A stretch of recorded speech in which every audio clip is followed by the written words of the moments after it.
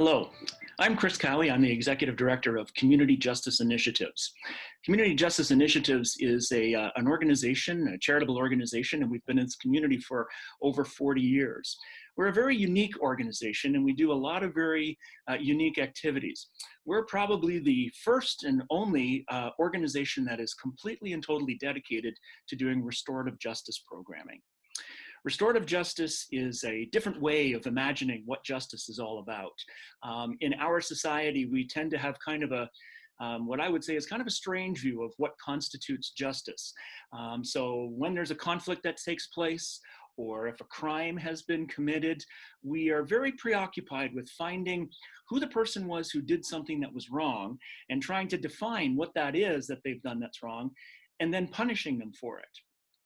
And this way of doing things, we have thought for many, many years, is a way of being able to change the behavior of the person who's done something wrong.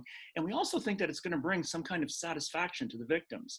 And yet we've known for a very long time that the way that we continue to punish people doesn't really work. In fact, oftentimes makes people angrier and a little bit more apt to commit a crime again. And what we also find is that there might be some momentary satisfaction in victims when they know that the perpetrator of a crime has been punished, but the lasting impact really isn't there. And they're still left with a lot of the needs that have never really been met because of whatever kind of crime has been committed. So what we do at Community Justice Initiatives is we actually bring people together and we assist them to be able to resolve their own issues and come to meaningful agreements about things. Something that really is able to give an offender a complete and total understanding of the impact of their behavior and the things they've done, and also gives them an opportunity to make things right, whether that's paying restitution or whether it's simply offering an apology, doing something that's in the best interest of the victim and something that's actually been defined by the victim. So the victim has the opportunity to really describe how this crime has impacted them and what it's going to need, what they're going to need to actually make things right. We've been doing this for many years, and we do it in a variety of contexts. So we have many different programs that we offer all along that restorative model. We do have our victim offender reconciliation program where our referrals will come directly from the courts, and we bypass the typical justice system and bring people together. And we've had tremendous success with literally thousands of cases like that over the years. We also do a lot of other work to mediate conflict that exists within the community, whether it's a couple of people, whether it's many people, settling neighborhood disputes. We work extensively with families as well and the various types of family conflict that can arise. We have a large program that we operate at Grand Valley Institution, which is the prison for women here in town. And we do an awful lot of work in the area of sexual harm as well, working with those who are survivors, both male and female, and also working with offenders. And we do programming where we actually bring people together and facilitate conversations that have been very, very difficult around that type of conflict that's taken place as well.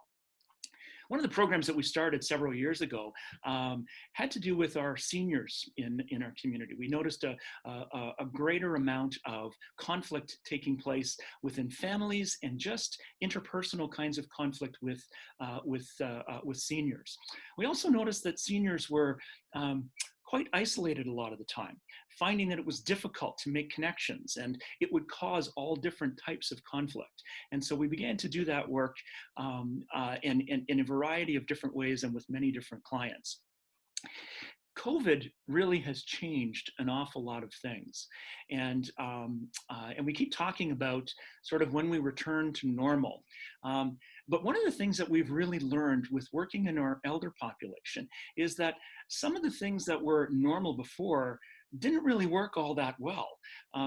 You would think that people have no real barriers to being socially connected with others all the time.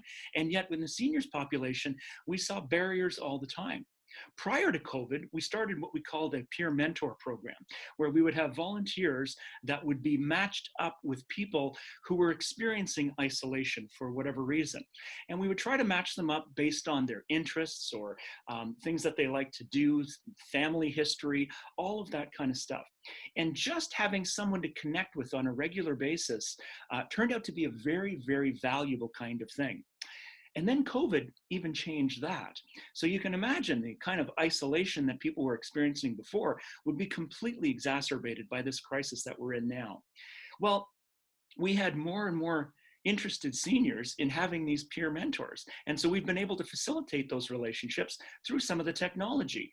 And the peer mentors are selected based on their ability to even help someone. It's our seniors population that tend to struggle the most with the technology. So not only are they now isolated where they can't go anywhere, but the way that everyone else seems to be connecting through Zoom calls and Teams calls and everything else, that's no longer something that's available to them either, simply because they don't have the skill. So now they're matched up with somebody who helps them through that process. And what we found was that beyond just wanting to connect with their mentor, they wanted to connect with others as well. So now we're able to facilitate conversations with multiple people, and they're very interested. They sign up for these all the time, and they'll talk about a number of different things together for regularly scheduled calls. Then, and this is a great idea that one of our staff came up with not that long ago. He said, why don't they do some activities together? So now we have it so that they're set up to do activities, and some of these are actually like making a craft. So how does that happen? Well, we have our volunteers that will go to each of the homes of these participants a day ahead of time. They'll drop off all of the supplies that are required, and then they all come onto a call at the same time, and we have somebody that walks them through the process of making this particular craft while they talk about things and just sort of socialize. So in an odd way, these people are more connected than they were even prior to COVID like that. For whatever reason has kept them in isolation, now they're suddenly connected with others.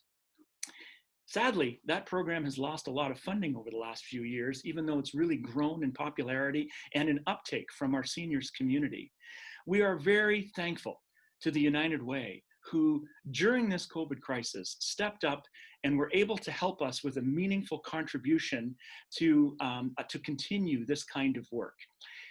One of the things about CJI that I'm very proud of is that we have a lot of volunteers who do our work. Most of the people who are doing our frontline work are volunteers. They're the ones that do mediations. They're the ones that facilitate groups.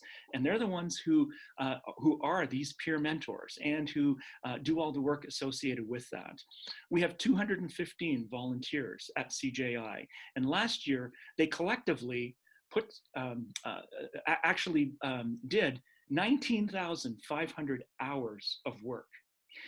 There's a formula that we're allowed to use in charitable organizations to translate that volunteer work into a dollar figure. And when we translate what happens in our organization, last year, it amounted to over $440,000 worth of work that came our way from volunteers.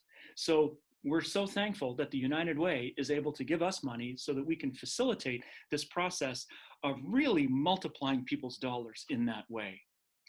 So I want to thank each person who makes their contribution to the United Way, knowing that they have a way of being able to find these various places and programs that are really, truly making a difference in our community, and doing a lot of that work on behalf of those who want to give their money. So thank you again, and my hope is that you give generously.